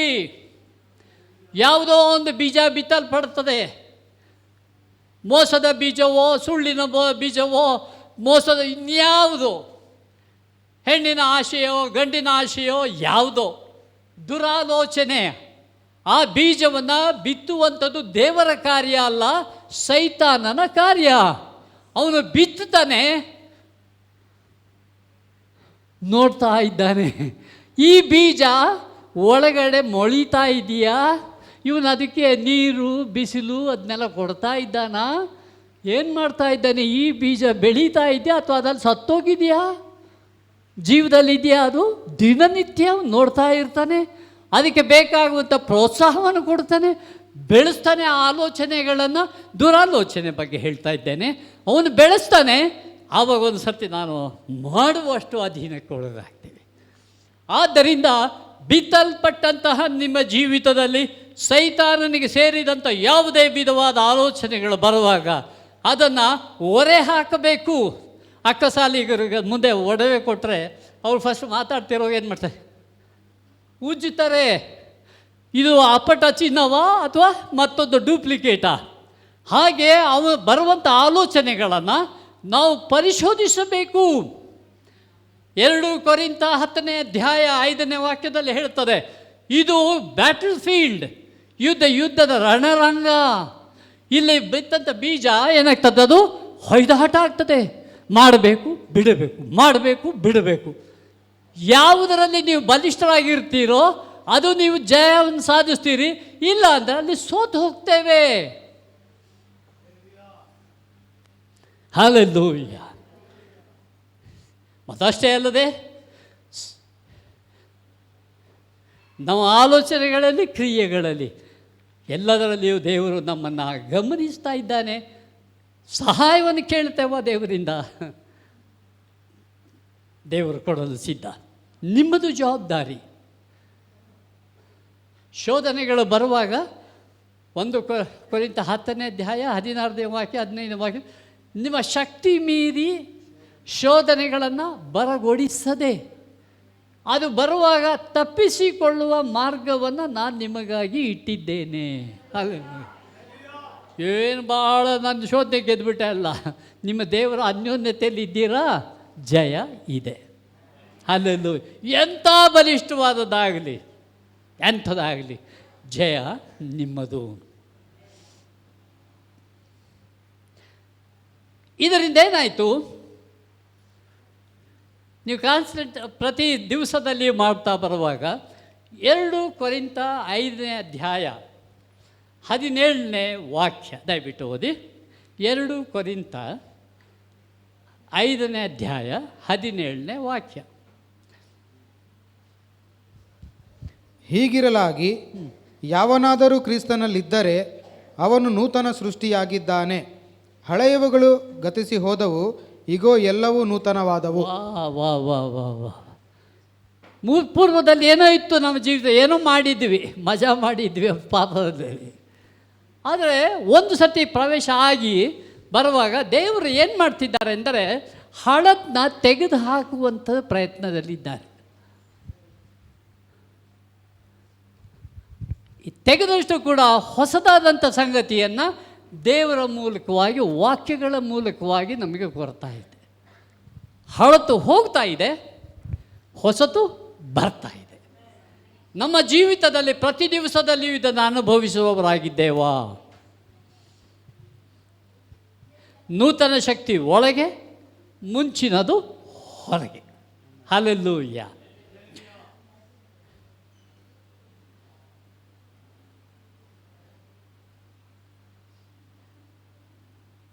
ಯಾಕೆ ಅಂತಂದರೆ ಸೈತಾನ ಮತ್ತು ಮರಣವನ್ನು ಯೇಸು ಶಿಲುಬೆಗೆ ಜಡಿದಿದ್ದಾನೆ. ಯಾಕೆ ನಿಮಗೆ ಜಯ ಎನ್ನುವುದಾದರೆ ಇಬ್ರಿಯ ಪತ್ರಿಕೆ 2ನೇ ಅಧ್ಯಾಯ 14 ಮತ್ತು 15 2 ವಾಕ್ಯಗಳು. ಇಬ್ರಿಯ 2ನೇ ಅಧ್ಯಾಯ 14 ಮತ್ತು 15. ಇದಲ್ಲದೆ ಮಕ್ಕಳು ರಕ್ತ ಮಾಂಸಗಳಲ್ಲಿ ಪಾಲುಗಾರರಾದದರಿಂದ ಆತನು ಸಹ ಅವರಂತೆಯೇ ಆದನು. ತನ್ನ ಮರಣದಿಂದಲೇ ಮರಣ ಅಧಿಕಾರಿಯನ್ನು, ಅಂದರೆ ಸೈತಾನನನ್ನು ನಾಶ ಮಾಡಿದನು. ಮರಣ ಭಯದ ದೆಸೆಯಿಂದ ತಮ್ಮ ಜೀವಮಾನದಲ್ಲೆಲ್ಲ ದಾಸತ್ವದಲ್ಲಿ ಇದ್ದವರನ್ನು ಬಿಡಿಸುವುದಕ್ಕೂ ಅವರಂತೆ ರಕ್ತ ಮಾಂಸಗಳಲ್ಲಿ ಆತನು ಭಾಗಿಯಾದನು. Praise the lord. ಯಾಕೆ ಯೇಸು ಸ್ವಾಮಿ ರಕ್ತ ಮಾಂಸಧಾರಿಯಾಗಿ ಬರಬೇಕಾಯಿತು ಅಂದರೆ ಉದ್ದೇಶ ಹೇಳಿದೆ. ಪರಲೋಕದಲ್ಲೇ ಇದ್ದು ಹೇಳ್ಬೋದಾಯ್ತು, ನನ್ನ ಕಡೆ ತಿರುಗಿಕೊಳ್ರಿ, ನಾನು ನಿಮಗೆ ಪರಲೋಕ ಕೊಡ್ತೇನೆ. ಇಲ್ಲ, ಪಾಪದ ಪ್ರವೇಶದ ಮೂಲಕವಾಗಿ ನಾವು ಪಾಪಿಗಳಾದೆವು. ಇದರಿಂದ ಬಿಡುಗಡೆ ಮಾಡುವುದಕ್ಕೆ ಬೇರೆ ಇನ್ಯಾವ ವಿಧಾನ ಇಲ್ಲ.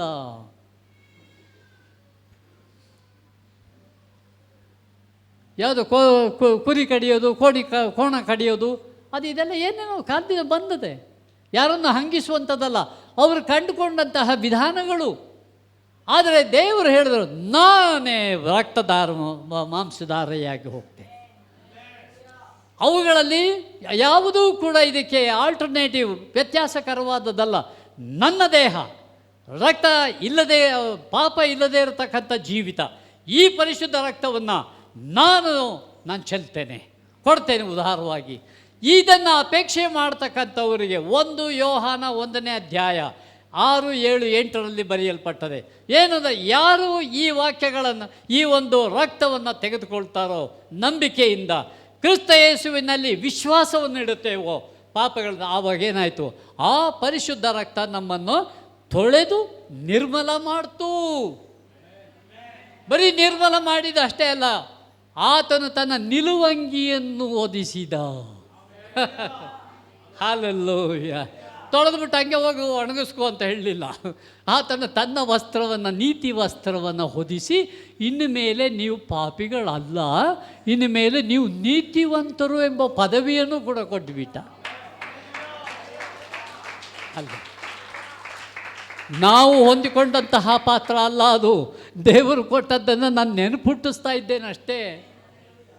Hallelujah, hallelujah. ಏನು ಮಾಡಿದಂತೆ, ಯೇಸು ಸ್ವಾಮಿ ಲೋಕಕ್ಕೆ ಬಂದು ಆ ಮರಣದ ಅಧಿಪತಿಯಾಗಿದ್ದಂಥ, ಅಂದರೆ ಎಂದೆಂದಿಗೂ ಶಾಶ್ವತವಾದ ಮರಣ, ಅಂದರೆ ಪಾಪದಿಂದ ಬರುವಂಥ ನರಕ, ಅದರಿಂದ ಬಿಡುಗಡೆ ಮಾಡಿ ಆತನ ತಲೆಯನ್ನು ಜಜ್ಜಿ ನಮಗೆ ಹೇಳಿರುವಂಥದ್ದು, ನೀನು ನೋಡಬೇಕಾದದ್ದು ಅವನಲ್ಲಿರುವಂಥ ಶಕ್ತಿಯಲ್ಲ, ಅವನು ಜಜ್ಜಿ ಹೋದ ತಲೆಯನ್ನು ನೋಡು. ಹಲ್ಲೆಲೂಯಾ. ಯಾವುದೇ ಒಂದು ಸಂದರ್ಭದಲ್ಲಿ ನೀವು ಅವನಿಗೆ ಹೇಳ್ಬೋದು, ಸೈತಾನನೇ ನೀನು ನನ್ನನ್ನು ಪ್ರಯೋಗ ಮಾಡೋಕ್ಕೆ ಹೋಗಬೇಡ, ನಿನಗೆ ಶಕ್ತಿ ಇಲ್ಲ, ನಿನ್ನ ತಲೆ ಜಜ್ಜಲ್ಪಟ್ಟದೆ, ನನ್ನಿಂದ ಅಲ್ಲ, ಆದರೆ ಈ ಕ್ರಿಸ್ತ ಯೇಸುವನ್ನು ಅದನ್ನು ಮಾಡಿದ್ದಾರೆ. ನೆನಪುಟ್ಟಿಸಿ ಸೈತಾನನಿಗೆ ಪ್ರತಿ ಬಾರಿಯೂ, ನಿನ್ನ ಶಕ್ತಿ ಇಲ್ಲ, ನೀನಿರಬೇಕಾದಂಥ ಜಾಗ ಯಾವುದು ಅಂದರೆ ಫುಟ್ ಮ್ಯಾಟ್, ಕಾಲನ್ನು ಒರೆಸುವಂತಹ ಪದವಿ ಅಷ್ಟೇ ನೀವುದು. ಹೇಗೆ ಮಾಡ್ತೀವಿ? ಮನೆಗೆ ಸೀದಾ ಬಂದುಬಿಡ್ತೀರಾ? ಯಾರಾದರೂ ಮನೆಗೆ ಹೋದಾಗ ಅಲ್ಲಿ ಇಟ್ಟಿರೋವಂಥ ಮ್ಯಾಟ್ ಇದ್ದರೆ ಏನು ಮಾಡ್ತೀರಿ? ಸೈತಾನನಿಗಿರುವ ಸ್ಥಾನ ಅಷ್ಟೇ.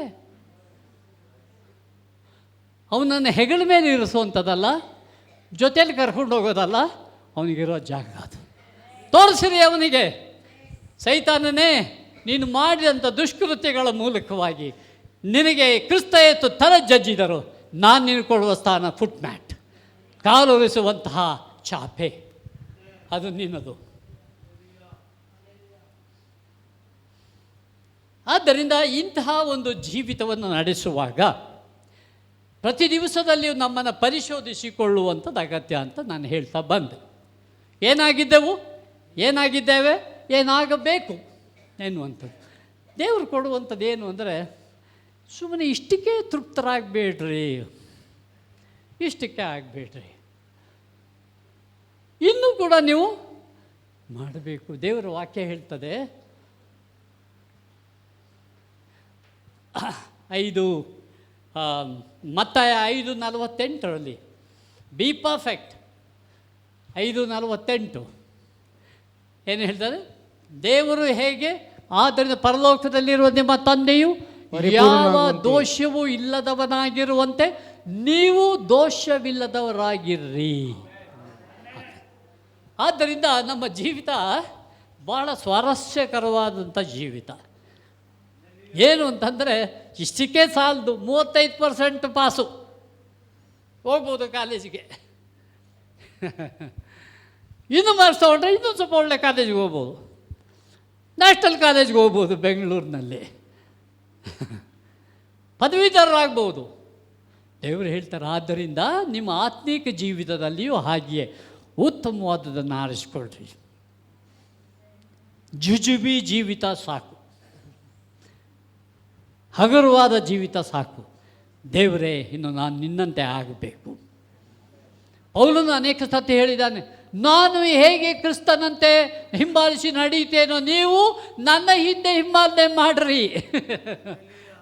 ಗರ್ವದಿಂದಲ್ಲ, ಆತನು ಅಂತಹ ಜೀವಿತವನ್ನು ನಡೆಸಿದುದರ ನಿಮಿತ್ತವಾಗಿ ಆತನು ಹೇಳುವಂಥ, ನಾನು ಹೇಗೆ ಕ್ರಿಸ್ತನನ್ನು ಅನುಸರಿಸಿ ನಡೆಯುತ್ತೇನೋ ನೀವು ನನ್ನನ್ನು ಅನುಸರಿಸಿರಿ. ಅಂದರೆ ಇನ್ನು ಬೆಳೀತಾ ಇದ್ದಂತಹ ವಿಶ್ವಾಸಿಗಳಿಗೆ ಆತನು ಹೇಳ್ತಾ ಇರೋದು, ನೀವು, ನಾನು ಅದಕ್ಕೆ ಒಂದು ಸ್ವಲ್ಪ ಮಟ್ಟಿಗೆ ಮಾದರಿಯಾಗಿದ್ದೇನೆ, ನೀವು ಅದೇ ರೀತಿಯಾಗಿ ನಾವು ಯೇಸು ಸ್ವಾಮಿನ ಯಾರ ಸೇವಕರನ್ನು ಅನುಸರಿಸಿ ನಡೆಯುವಂಥದ್ದಲ್ಲ.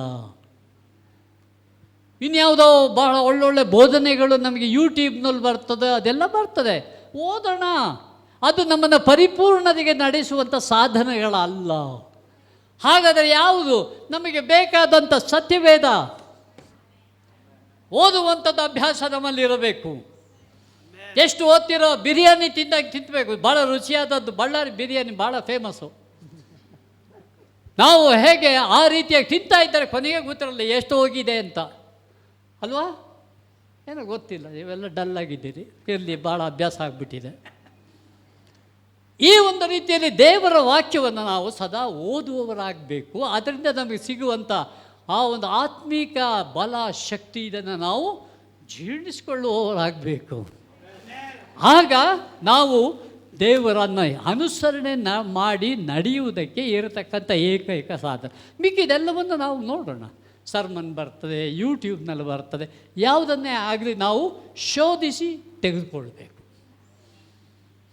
ಸರಿಯಾದದಲ್ವಾ ಬಿಟ್ಟುಬಿಡಬೇಕು, ಸರಿಯಾದದನ್ನು ತೆಗೆದುಕೊಳ್ಬೇಕು.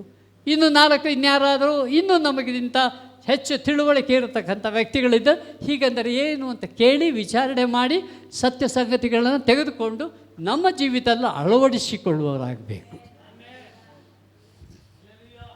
ಆದ್ದರಿಂದ ಬರೀ 35% ಪಾಸ್ ಬೇಡ, 99% ತೆಗೆದುಕೊಳ್ಳೋ ಸಾಧ್ಯತೆ ಇದೆ. ಮುಂಚೆ ನಾವು ಓದ್ತಾ ಇದ್ದಾಗ ನಾವು ಏನೋ 35-36 ತೆಗೆದುಬಿಟ್ಟು ಅಂತಂದರೆ ಅಯ್ಯೋ ದೊಡ್ಡ ಸಂಭ್ರಮ, ಪಾಸಾಗ್ಬಿಟ್ನಂತೆ, ದೊಡ್ಡ ಊರಿಗೆ ಸುದ್ದಿ. ಈಗ 98-91 ಸೀಟೇ ಸಿಗಲ್ಲ. ಎಲ್ಲಿ? ಕಾಲೇಜಲ್ಲಿ 98%ಗೆ ಸೀಟ್ ಇಲ್ಲ, ಮತ್ತು ಇನ್ನೆಷ್ಟು ತೆಗಿಬೇಕು? ಅದೇ ದೇವರು ಹೇಳ್ತಾರೆ, ಇನ್ನು ಪಾಸ್ ಆದ್ರೆ 35% ಸಾಕು, ನನ್ನಲ್ಲಿ ಅಡ್ಮಿಷನ್ ಇದೆ.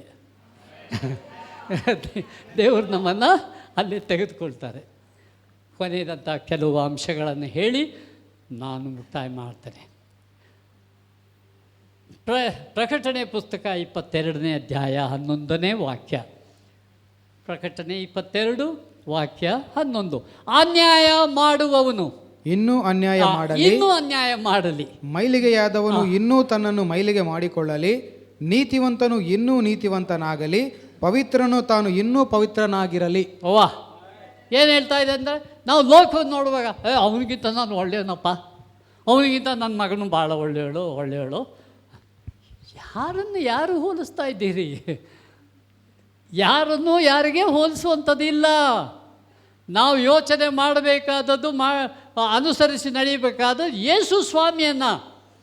ಆದ್ದರಿಂದ ಪರಿಶುದ್ಧತೆ ಬರುವಂಥದ್ದು ಬೇರೆ ಯಾವ ವಿಧಾನದಿಂದ ಅಲ್ಲ, ಕ್ರಿಸ್ತ ಯೇಸುವ ಜೀವಿತದ ಮೂಲಕವಾಗಿ ನಾವು ಪರಿಶುದ್ಧತೆಯನ್ನು ಅನುಭವಿಸುವುದಕ್ಕೆ ಸಾಧ್ಯತೆ ಇದೆ. ಆದ್ದರಿಂದ ಅವರು ಹೋದರೂ ಹೋಗಲಿ, ನಾವು ಏನಾಗಿದ್ದೇವೆ ಅಂತ ಪರಿಶೋಧನೆ ಮಾಡುವಂಥದ್ದು ದೈನಂದಿನ ಜೀವಿತದಲ್ಲಿ ಅಗತ್ಯ. Hallelujah, hallelujah. Watch out for enemy. ವಿರೋಧಿಯ ಬಗ್ಗೆ ಎಚ್ಚರವಿರಲಿ. ಕೊನೆಯ ಭಾಗ ಬಂದಿದ್ದೇನೆ. ವಿರೋಧಿಯ ಬಗ್ಗೆ ಎಚ್ಚರವಿರಲಿ. ಏನದು? ನಮಗೆ ಫ್ರೆಂಡ್ ಆಗಿದ್ದಂತಹ ಸೈತಾನ ಈಗ ಏನಾಗಿದ್ದಾನೆ? ವಿರೋಧಿಯಾಗಿದ್ದಾನೆ. ಆದ್ದರಿಂದ ಅವನ ಉದ್ದೇಶ ಇಷ್ಟೇ, ನಮ್ಮನ್ನು ಯಾವ ರೀತಿಯಾಗಿ ತನ್ನ ಒಂದು ಸ್ವಭಾವಕ್ಕೆ ಇವರು ನಮ್ಮನ್ನು ಹಿಂದೆ ತೆಗೆದುಕೊಳ್ಳಬೇಕು, ಇಟ್ಟುಕೊಳ್ಳಬೇಕು. ಮತ್ತು 25ನೇ ಅಧ್ಯಾಯದಲ್ಲಿ ಹೇಳ್ತದೆ, ಆ ದಿನದಲ್ಲಿ, ಮುಂದಿನ ದಿನಗಳು, ದೇವರು ನ್ಯಾಯ ತೀರ್ಪಿನ ಮಾಡಿ ಆ ಒಂದು ಬಿದ್ದು ಹೋದಂತಹ ಸೈತಾನ ಇದನ್ನು ತೆಗೆದುಕೊಂಡು ಆ ದಿನಗಳಲ್ಲಿ ನರಕಕ್ಕೆ ದೊಬ್ಬುವಂತಹ ದಿನ ಅದು. ಅದಕ್ಕಾಗಿ ಅವನಿಗಂತೂ ಗ್ಯಾರಂಟಿ ಆಗೋಯ್ತು. ಆ ಗ್ಯಾರಂಟಿಯಲ್ಲಿ ನಮ್ಮನ್ನು ಪರಿವರ್ತನೆಯಾದ ದೇವರು ತನ್ನ ರಕ್ತದ ಮೂಲಕವಾಗಿ ಶುದ್ಧ ಮಾಡಿದಂಥ ನಮ್ಮನ್ನು ಕೂಡ ಎಳ್ಕೊಂಡು ಹೋಗಬೇಕು ಅಂತ ಅವನ ಪ್ರಯತ್ನ. ಬಾಪ, ನೀನು ನನ್ನ ಜೊತೆಗೆ ಬಾ, ನೀನು ನನ್ನ ಜೊತೆಯಲ್ಲೇ ಇದ್ದೆ, ವಾಸಿಸಿದ್ದೆ, ಬಾ ನನ್ನ ಜೊತೆಯಲ್ಲೇ ಬಾ. ಎಲ್ಲಿಗೆ? ನರಕಕ್ಕೆ. ಅದಕ್ಕಾಗಿ ಅವನು ಮಾಡುವಂಥ ಪ್ರಯತ್ನ, ಓವರ್ ಟೈಮ್. ಫ್ಯಾಕ್ಟ್ರಿಗಳಲ್ಲಿ ಇಷ್ಟು ಗಂಟೆ ಅದನ್ನು ಆಯಿತು ಅಂತ ಡಬಲ್ ವೇಜಸ್ ಕೊಡ್ತಾರೆ. ಆ ರೀತಿಯಾಗಿ ನಮಗೆ ನಾನಾ ರೀತಿಯಲ್ಲಿ ಅವನ ಪ್ರಚೋದನೆ ನಮ್ಮ ಜೀವಿತದಲ್ಲಿ ಇರ್ತದೆ. ಆದ್ದರಿಂದ ಹೆದರುವುದಲ್ಲ, ಎಚ್ಚರ ವಹಿಸುವಂಥದ್ದು ಬಹಳ ಪ್ರಾಮುಖ್ಯ. ಏನದು? ಅವನು ನಮ್ಮ ಜೀವಿತದಲ್ಲಿ ಅವನ ಡೆಸ್ಪೇರ್, ನಿರಾಶೆಯನ್ನು ತರ್ತಾನೆ. ವಿವಿಧ ರೀತಿಯ ನಿರಾಶೆಗಳು ನಮ್ಮ ಜೀವಿತ. ಯಾರೊಬ್ರು ಹೇಳು, ಸ್ನೇಹಿತರು, ಅವರು ನಾನು ಕೇಳಿದ್ದು ಕೊಡಲಿಲ್ಲ, ಬಿಟ್ಬಿಟ್ಟೆ. ಅದೇ ಕೇಳಿದ್ದು ಕೊಡಲಿಲ್ಲ ದೇವರು, ಬಿಟ್ಬಿಟ್ಟೆ, ವಿಶ್ವಾಸನೇ ಬಿಟ್ಬಿಟ್ಟೆ ಅಂದರು ನಮ್ಮ ಮೈಸೂರಿನವರು. ನಾನು ಕೇಳಿದಾಗಲೇಬೇಕು, ಬೇಡ್ಕೊಳ್ರಿ, ಕೊಡ್ತೀನಿ ಅಂತ ದೇವರು ಹೇಳ್ಬಿಟ್ಟಿದ್ದಾರೆ. ಬೇಡ್ಕೊಳ್ತೀನಿ, ಉಪವಾಸ ಮಾಡ್ತೀನಿ, ಕೊಡೋದಿಲ್ಲ, ಬೇಡ ಬಿಡು. ನಾನಾ ರೀತಿಯ ನಿರಾಶೆಗಳನ್ನು ತಂದು ಹಾಕ್ತಾನೆ. ಆ ನಿರಾಶೆಯನ್ನು ನಾವು ಯಾವ ರೀತಿಯಾಗಿ ಹ್ಯಾಂಡ್ಲ್ ಮಾಡ್ತಾ ಇದ್ದೀವಿ?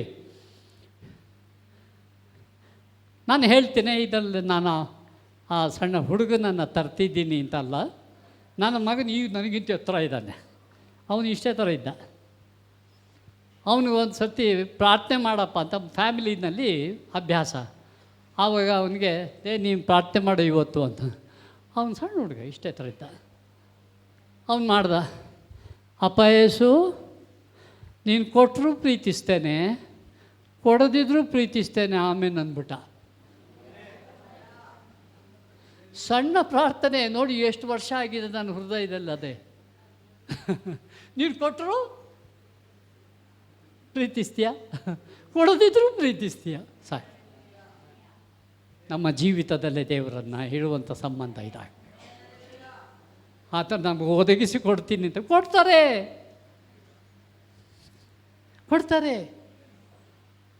ಆದರೆ ಆ ಆಶೆಯಿಂದ ದೇವರನ್ನು ಹಿಂಬಾಲನೆ ಮಾಡ್ತಾ ಇದ್ದೇವಾ?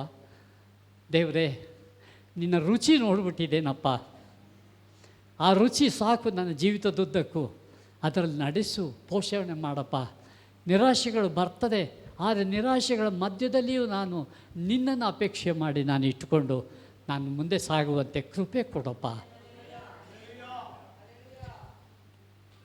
ಅನೇಕ ವಿಧದಲ್ಲಿ ಹೆಮ್ಮೆ ಎರಡನೇದಾಗಿ ಆತ ತಂದು ಹಾಕ್ತಾನೆ. ಹೆಮ್ಮೆ, ಗರ್ವ. ಯಾರು ನನಗೆ ಹೇಳಬೇಕು, ಯಾರು ಹೇಳಬೇಕು? ಕುಟುಂಬದಲ್ಲಿರ್ಬೋದು, ಸಮಾಜದಲ್ಲಿರ್ಬೋದು, ಸಭೆಯಲ್ಲಿರ್ಬೋದು. ಅವ್ನು ನೋಡುವಂಥದ್ದು, ನನಗೆ ಯಾರು ಹೇಳಬೇಕು? ವಿದ್ಯೆ ಓದಿಲ್ವಾ? ನಮ್ಮ ಅಪ್ಪನಿಗಿಂತ ಜಾಸ್ತಿ ವಿದ್ಯೆ ಓದಿಲ್ವಾ? ನಮ್ಮ ಅಪ್ಪನಿಗೆ ಏನು ಹೇಳ್ತಾನೆ ಅವನು ಅದೇ ಹೇಳ್ತಾನೆ, ಅದನ್ನೇ ಮಾಡಬೇಕಾ? ನಾನು ಹೆಮ್ಮೆಯ ದುಸ್ವಭಾವ, ಅದು ಸೈತಾನನ ಮೊದಲನೆಯ ಇದು. ಪರಲೋಕದಲ್ಲಿ ಅವನಿಗೆ ಬಂದಂಥದ್ದು ಹೆಮ್ಮೆ ಮೊದಲು, ಅನಂತರದಲ್ಲಿ ಅದನ್ನು ಬೆಳೆಸಿದ, ಬೇರೆಯವ್ರನ್ನ ಕಲುಷಿತಗೊಳಿಸಿದ, ಅನಂತರ ದೊಬ್ಬಲ್ಪಟ್ಟ. ಹೆಮ್ಮೆಯನ್ನು ಎದುರಿಸಬೇಡ್ರಿ.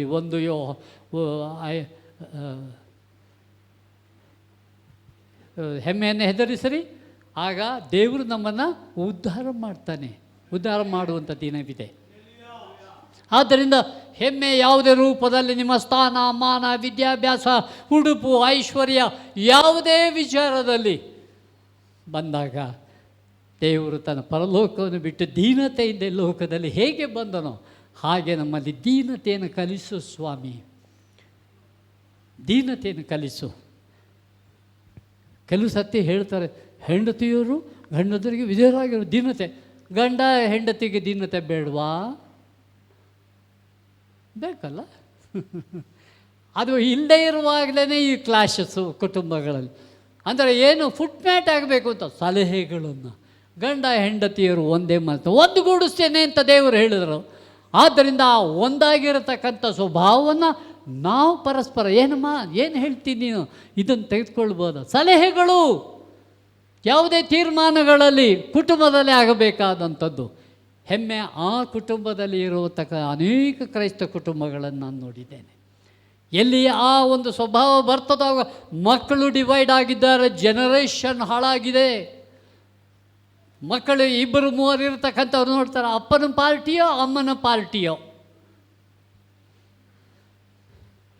ಹೆಮ್ಮೆ ನಾನಾ ವಿಧದ ಹೆಮ್ಮೆ, ಅದು ನಮ್ಮನ್ನು ಕೊಲ್ಲುವಂತಹ ಸಾಧನವಾಗಿದೆ. ಸೈತಾನನ ಉಪಯೋಗ ಮಾಡುವಂಥದ್ದು. ಆದರೆ ದೇವರಾದರೂ ದೀನತೆಯನ್ನು, humble yourself, he shall lift you up. ಅನುಮಾನಗಳನ್ನು ತಂದು ಹಾಕುವಂಥದ್ದು ಅವನ ಕಾರ್ಯ. ದೇವರು ಮಾಡಿಬಿಡ್ತಾರಾ? ಇಲ್ಲ, ನನ್ನ ಪ್ರಯತ್ನ ಮಾಡಬೇಕು ಹೇಳ್ತಾರೆ. ನಾವು ಮಾಡೋದು ಮಾಡಬೇಕು. ದೇವ್ರ ವಾಕ್ಯ ಇರದೆ ದೇವರ ವಾಕ್ಯದ ನಮ್ರತೆಯಿಂದ ನಾವು ಸ್ವೀಕಾರ ಮಾಡಿ ಆ ಒಂದು ರೀತಿಯಲ್ಲಿ ಇದರಲ್ಲಿ ಯಾವ ಅನುಮಾನವಿಲ್ಲದೆ ನಾವು ನಡೆಯುವಾಗ ದೇವರ ಕಾರ್ಯ, ಆಲೋಚನೆಗಳು, ವಾಕ್ಯ ಇದಕ್ಕೆ ನಾವು ವಿರೋಧ ಮಾಡದೆ ಇರುವಾಗ ಸೈತಾನನು ದೊಬ್ಬಲ್ಪಟ್ಟವನಾಗ್ತಾನೆ. ಇಂಡ್ಯೂಸಸ್ ಅನ್ಹೋಲಿ ಥಾಟ್ಸ್ ಅಂತ ಹೇಳಿ ನಮ್ಮ ಇರತಕ್ಕಂಥ ಸ್ನೇಹಿತರು ಯಾರಿದ್ದಾರೋ ದಯವಿಟ್ಟು ಗಮನಿಸಿರಿ. ಬರೀ ನಮ್ಮ ಯವನ ಪ್ರಾಯದವ್ರದ್ದು ಬಗ್ಗೆನೇ ಚಿಂತೆ ಅಲ್ಲ, ದೊಡ್ಡವರು ಕೂಡ ನಮ್ಮ ಸಹವಾಸಗಳನ್ನು ಯೋಚನೆ ಮಾಡಬೇಕು. ಯಾವ ರೀತಿಯ ಪ್ರಭಾವ ನಮ್ಮ ಜೀವಿತದ ಮೇಲೆ ಆಗ್ತಾ ಇದೆ. ದೇವರಿಂದ ಆ ಒಂದು ಉಗುರು ಬೆಚ್ಚಿನ ವಾತಾವರಣಕ್ಕೆ ಕಂಡು ಹೋಗುವಂಥ ಸ್ನೇಹಿತರಿದ್ದಾರೋ, ಉಗುರು ಬೆಚ್ಚಗೆ ಕೊಂಡೊಯ್ಯುವಂತಹ ಆ ಸನ್ನಿವೇಶಗಳನ್ನು ತಂದು ಹಾಕ್ತಾರೋ ಅವುಗಳ ಬಗ್ಗೆ ನಾವು ಎಚ್ಚರವಿದ್ದು ನೀವು ದೂರ ಇರಬೇಕು. ಕೀರ್ತನೆ 1ನೇ ಅಧ್ಯಾಯದಲ್ಲಿ ಅಂಥವರನ್ನು ದೂರ ಇಡಬೇಕು. ಸ್ನೇಹತ್ವವನ್ನು ಕಳ್ಕೊಳ್ಬಾರ್ದು, ನೆಂಟಸ್ತಿಕೆ ಕಳ್ಕೊಳ್ಬಾರ್ದು. ಆದರೆ ಅವರನ್ನು ಎಷ್ಟರ ಮಟ್ಟಿಗೆ ಅವರಿಂದ ತೆಗೆದುಕೊಳ್ಬೇಕೋ ಆ ಯೋಚನೆಗಳನ್ನು ತೆಗೆದುಕೊಳ್ಬೇಕು, ಅಷ್ಟನ್ನು ಮಾತ್ರ ನಾವು ತೆಗೆದುಕೊಳ್ಬೇಕು. ಕುಟುಂಬದಲ್ಲಿ ಆಗ್ಬೋದು, ಗಂಡ ಹೆಂಡತಿಯರ ಮಧ್ಯದಲ್ಲೇ ಇರಬಹುದು, ಯಾವುದೇ ಆಗಲಿ ನಾವು ಮಾಡಬೇಕಾದಂಥ ಕಾರ್ಯಗಳನ್ನು, ಅನೇಕ ಕಾರ್ಯಗಳನ್ನು ಸೈತಾನನು ಓವರ್ ಟೈಮ್ ಅವನು ಕಾರ್ಯ ಮಾಡ್ತಲೇ ಇದ್ದಾನೆ. ಅದನ್ನು ಎಚ್ಚರ ನಮ್ಮಲ್ಲಿರಬೇಕು. ಮಾರ್ಗದಲ್ಲಿ ನಡೆಯುವಾಗ ನಮಗೆ ದೇವರು ಕೊಡುವಂಥದ್ದು ಒಂದು ಜಯದ ಜೀವಿತ. Hallelujah, hallelujah. ದೇವರು ನಿಮ್ಮನ್ನು ಆಶೀರ್ವದಿಸಿದ್ದಾನೆ. ಪುಲಂದರ ಶರದ ಕಂದುಲಂದರ ಓರಕ್ಕರದಿರಿ ಶಕ್ಕರದಿರಾತ ಕರಜಿರಂದರ ಓ ಕುರುದಿರ ಶರಂದುಲತ್ತರ ಸುರದ ಕಂದಲ ಓ ಕುತುತ್ತು ಕುರಶೀದ ಕಂದಲ ತುರ ಜೀರ್ದ ಕಂದಲ ಓರಕ್ಕರದಿರಿ ಶರದ ಕಂದುಲಂದರ. Oh God, oh God, oh God, oh God, we thank you Lord. Thank you ಕರ್ತನೇ, ನಿನಗೆ ಸ್ತೋತ್ರ ಸ್ವಾಮಿ. ಕರ್ತನೇ, ನಿನಗೆ ಸ್ತೋತ್ರ. ನಿನ್ನನ್ನು ಆರಾಧಿಸ್ತೇವೆ, ನಿನ್ನ ಕೊಂಡಾಡ್ತೇವೆ ಸ್ವಾಮಿ. ನಿನ್ನ ವಾಕ್ಯಗಳಿಗಾಗಿ ನಾವು ನಮ್ರತೆಯಿಂದ ವಂದಿಸ್ತೇವೆ ಸ್ವಾಮಿ. ನಿನ್ನ ಮಹೋನ್ನತನಾದಂಥ ದೇವರು, ನಮ್ಮ ಜೀವಿತದಲ್ಲಿ ನೀನು ಪ್ರವೇಶ ಮಾಡಿದ್ದಿ. ಆದ್ದರಿಂದ ಪ್ರತಿ ಗಳಿಗೆಯಲ್ಲಿಯೂ ನಾವು ಎಚ್ಚೆತ್ತವರಾಗಿದ್ದುಕೊಂಡು ಸೈತಾನನನ್ನು ದೂರವಿರಿಸುತ್ತಾ, ಅವತರ ಆಲೋಚನೆಗಳನ್ನು ದೂರವಿರಿಸುತ್ತಾ ನಿನ್ನ ಆಲೋಚನೆಗಳನ್ನು ನಾವು ಸ್ವೀಕಾರ ಮಾಡಿ ಒಂದು ಜಯದ ಜೀವಿತವನ್ನು ಮಾಡಿಸಲಿಕ್ಕೆ ಸಾಧ್ಯವಾಗಿ. ಒಂದು ಸರ್ತಿ ನಾವು ಗಟ್ಟರ್ನಲ್ಲಿದ್ದೆವು, ಹೀನ ಸ್ಥಿತಿಯಲ್ಲಿದ್ದೆವು ಪಾಪದ ನಿಮಿತ್ತವಾಗಿ. ಆದರೆ ನಮ್ಮನ್ನು ಅತ್ಯುನ್ನತ ಸ್ಥಾನಕ್ಕೆ ಏರಿಸಿದ್ದಿ. ಅದಕ್ಕಾಗಿ ನಿನಗೆ ಸ್ತೋತ್ರ ಸ್ವಾಮಿ. From the gutter to the utter. ಕರ್ತನಿ ಕಾರ್ಯವನ್ನು ಮಾಡಿದಾತನು ನೀನು. ನಿನಗೆ ಸಕಲ ವಿಧವಾದಂಥ ಘನ ಮಾನ ಮಹಿಮೆ ಉಂಟಾಗಲಿ. ಯೇಸುವಿನ ದಿವ್ಯ ನಾಮದಲ್ಲಿ ಬೇಡಿದ್ದೇವೆ ತಂದೆ. Amen, amen. Hallelujah, hallelujah.